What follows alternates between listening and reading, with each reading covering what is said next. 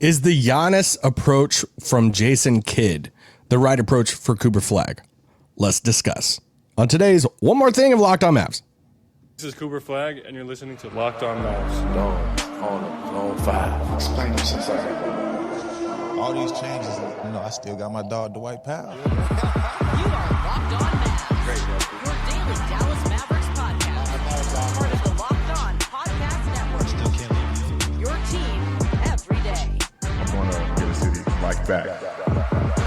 You are locked on the Dallas Mavericks. This is one of your co-hosts, Isaac Kerr, covering the Mavs for the last 10 years, alongside my good friend Nick Angstead, and we're back.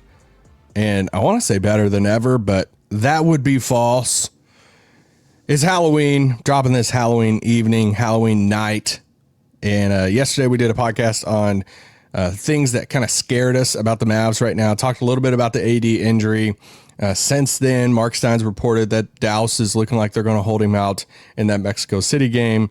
But the Jason Kidd said he was day to day. So no official injury report has been dropped as of this recording Friday afternoon. So we'll see who exactly is going to play in Mexico City. Maybe Dwight Powell gets a run at starting center again for the Dallas Mavericks early in the season. But I want to talk about something today that I've seen thrown around a little bit, and it's not just out of nowhere, because Jason Kidd actually brought it up whenever they traded for Cooper Flagg, and in that first opening presser there at the practice facility, introducing Cooper Flagg to the Dallas media and kind of to the city of Dallas. And it was this idea of, hey, this is what we did with Giannis in a sense, and could we do the same with Cooper Flagg? And even in these early times this season, and to where they're running Cooper at this point forward, however you want to define it, without a point guard, I've seen some people go back to that and go back to the Giannis thing and like, hey, well, he mentioned Giannis. Look what he did with Giannis in Milwaukee. This is what he's trying to do with Cooper and Dallas this year.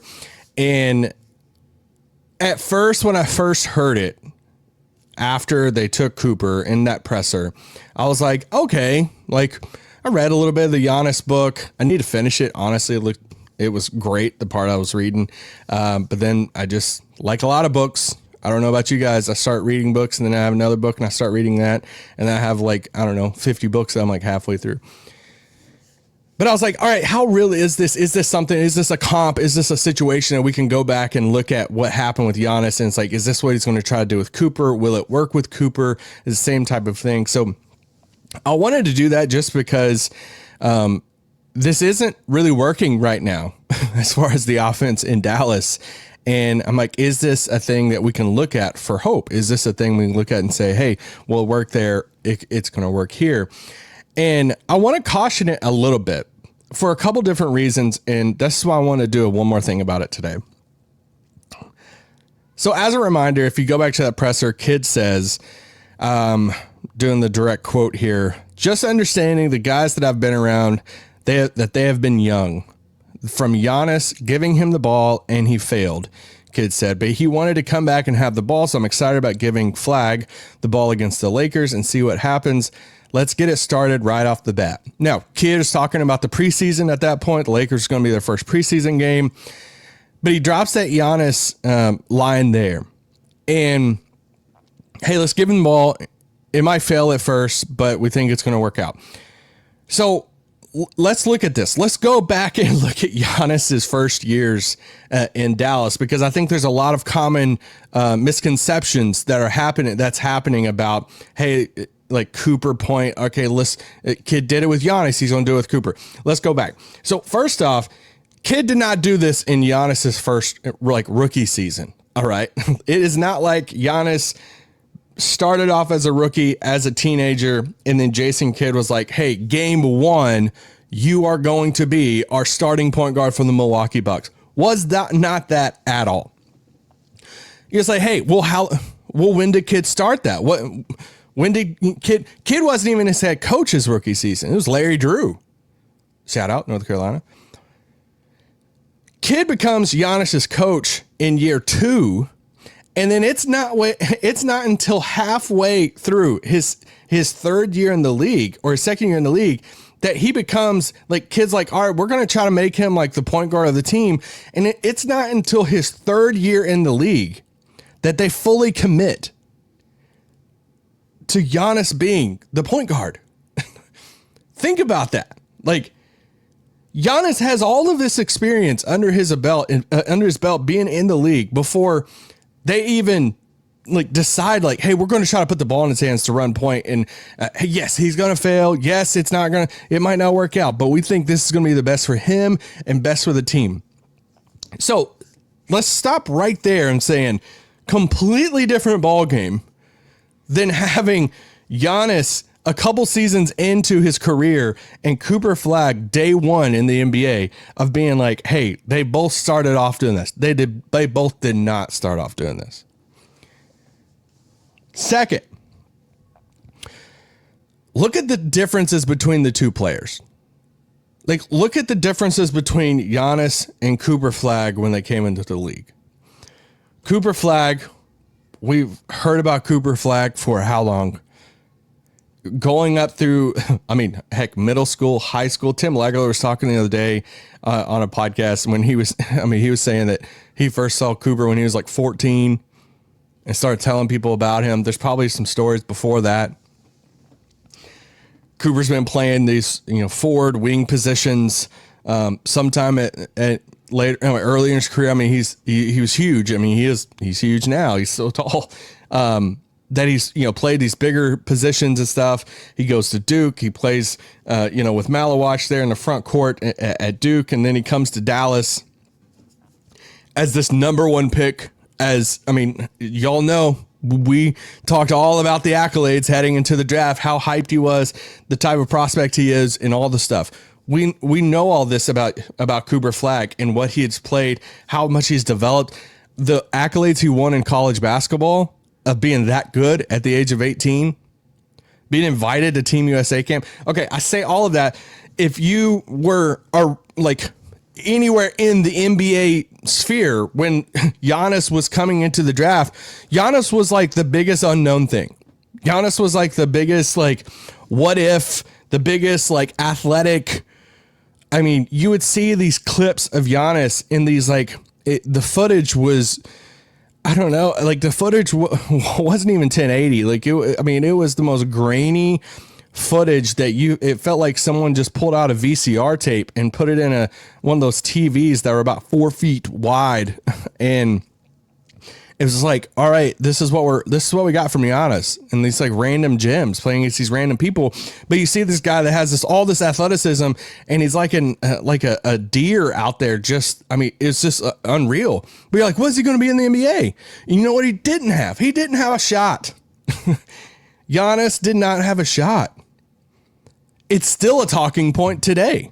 Of oh man, is he going to shoot 3-pointers? How much in his career have they talked about? Is he going to shoot three? Is he going to shoot is he going to add the three to his game? Well, now he's going to take a ton of threes in his game. Well, now he took the threes back. It feels like it's been a seesaw for a lot of his career, and he's been one of the best players in the league, if not the best player in the league. I say all that to say, I'm not saying this as a shot to Giannis, but early on in his career, if he doesn't have a shot, and you're not going to play him at the center spot, then it might make sense to play him at the point guard spot to maximize who he is and to maximize the type of player he is. He can see the court. He has the vision, all this stuff, but it's all right, you got this guy who doesn't. Cooper Flagg has a jump shot. Cooper Flagg can shoot threes. So it's it's not that you're kind of defaulting to him playing point guard. It is he can play a lot of different positions on the floor. It's the fact that you look at Giannis and you're all right, well, if we put the ball in his hands and let him distribute to everybody else and all this stuff, they're just a different types of players, right? Giannis is a little bit bigger than Cooper. It's a different archetype of player between Giannis and Cooper. That's the thing I'm trying to emphasize of this isn't the same because they're just two different types of player. This isn't the same because Giannis was a couple seasons into the league whenever they started the point guard experience compared to Cooper at day one being 18. I got a couple more reasons, and right after the break. This podcast is brought to you by our good friends over at Robinhood. If I can pull up the ad here. Robinhood, your ambition just met its match. With Robinhood, you play for the win, not just on game day, every day. Locking in on every opening, beating your PR, beating it again. Channel that drive into your money. Robinhood puts you in control of your money. Trade stocks and ETFs, options, futures, crypto, all in one platform. You can now build and execute your trades from desktop with Robinhood Legends advanced tools. Or take advantage of the new Robinhood strategies with tailored portfolio managed by a team of experts. You expect more for yourself. Expect more for your money. Get started today at Robinhood.com/yourmoney. Again, that's Robinhood.com/yourmoney. Your money, your move. This podcast is also brought to you by our good friends over at DoorDash. What a cool deal this is right now. The NBA season's heating up. The DoorDash has found the perfect way to keep fans in their bag all season long. Whether you're watching for the highlights, your fantasy team, or your favorite player, DoorDash makes every game night even better. DoorDash is the official on-demand delivery platform of the NBA. They're celebrating with something called the Bag Drop. Love this. Every time an NBA player scores 50 points in a game, DoorDash drops 50% off your order with DoorDash with Dash Pass. You got to have Dash Pass in order to get this. You're automatically entered for a chance to win the ultimate fan bag. We're talking player-inspired drip, exclusive gear, and stuff you'll actually want. So next time someone goes off for 50 points, use the promo code NBA50 for the next day to get 50% off on DoorDash with Dash Pass. Plus, your shot at the bag dropped. Dash Pass members only, 50% off up to $10 a day after a 50-point game with promo code terms applied. No purchase necessary. Ends April 13th. Open to U.S. residents 21 or older. Visit DoorDashInYourBag.com for full details. DoorDash in your bag all season long. Shut it down! Let's go home! Talking Giannis, Cooper. It's a quicker pod today. It's a one more thing. Could have just honestly done a short about it, but I was like, let's make it into a pod because I've just seen this comp too much and almost as like an excuse for what's going on right now and what kids trying to do with Cooper Flagg of like, hey, it took Giannis time. It's going to take Cooper time. Look, like this part of it. And it's like, no, they're honestly totally different situations. I don't see a lot of people comping them as players. It's comping the situation and what Jason Kidd is trying to do now compared to Milwaukee. So I talked about how Giannis was later on in his career. It's a couple seasons into his career when they tried the point guard thing. Talked about how Giannis and Cooper are totally two different archetypes of players. Cooper has a shot. Giannis didn't have a shot back then. And here's a couple more things that I want to bring up. The roster around him. So when you look at the roster around Giannis back then, I wanted to pull up something because, you know, when you put the ball in Giannis's hands and you say, all right, I need you to go run point guard. I need you to, distribute. You're super young, pretty raw. And you're like, all right, well, what's the difference between the rosters between Giannis's early Milwaukee years and Cooper Flagg years? Okay, so when we start looking at his early years in Milwaukee, let's look at the year in which they first started like trying it out, all right? Or they first started committing to it in 2016-17. These are the 3-point percentages of the main people. Let's do the most minutes played in Milwaukee's rotation. You're going to get some great names here. Most minutes played in Milwaukee's rotation, and let's do the top 6 people after Giannis. So we're looking at like a 7-man rotation here. Greg Monroe's at 7 in that. Obviously, he doesn't shoot threes. He was a big back then. But let's look at the 5 people above that. Jabari Parker, 3.5 threes a game, shot at 37% from 3. Chris Middleton, 3.5 threes from game, again, 43% from 3. Tony Snell, 41% from 3.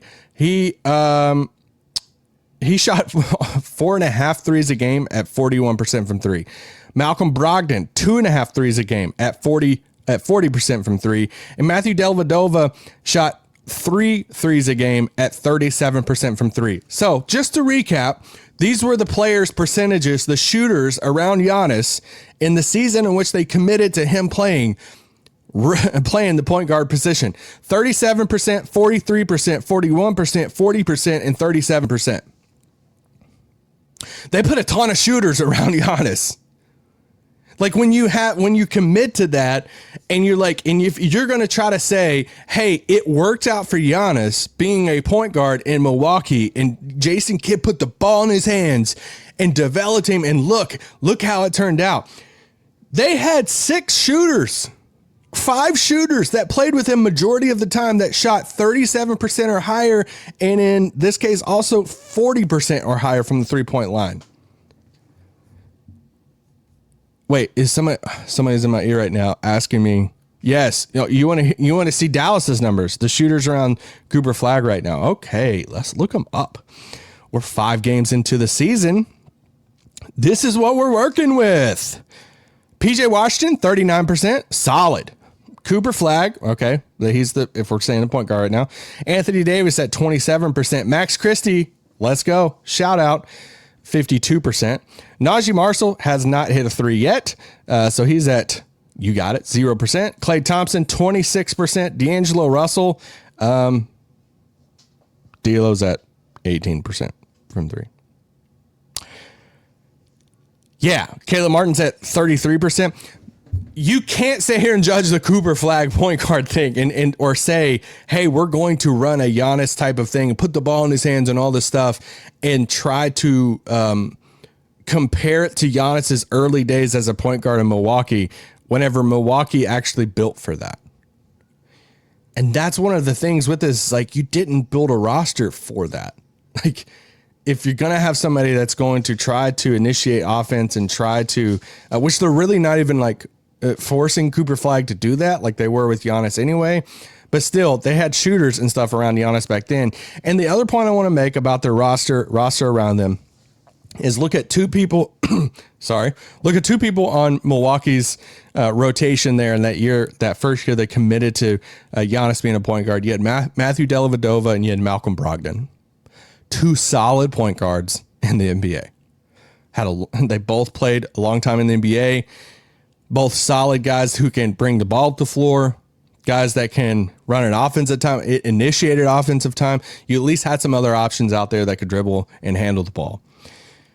So I say all of that to say you can't compare the two. And it's not about players. You can't compare the situations of saying, and the bigger picture out of all of this is Milwaukee had a little bit of leeway, right? Like Giannis they weren't committing to the Giannis point guard thing and saying, you know what, it's going to fail at times, but we're committed to it. Whenever they had 3 other Hall of Famers on the team, 2 of them making over $30 million a year. It just makes me cringe when I hear the Giannis thing for Kidd early on. This is what they did. It's going to be the same what they're doing with Cooper Flagg in Dallas. It couldn't be more opposite. Opposite rosters, opposite roster construction, opposite other point guards around the 2, opposite shooters around the 2, opposite amount of time that they've been in the league. One started later on in his career, the other one started day 1, being 18. I don't know how else to say opposite type of arc players. So whenever you hear that comp or whenever you hear the phrasing of that, hey, Giannis, Jason Kidd early on, that's the game plan for Jason Kidd, Cooper Flagg, and Dallas right now. Don't buy it. I don't buy it because it's totally opposite situations. We'll be back over the weekend, Saturday, Mexico City game. It's a late tip game in Central Time. And myself and Nick, who knows? I don't know what Slightly's doing on a Saturday night, so there's no telling. We'll be back for the postgame show. Peace out. Boom. Be safe out there on Halloween.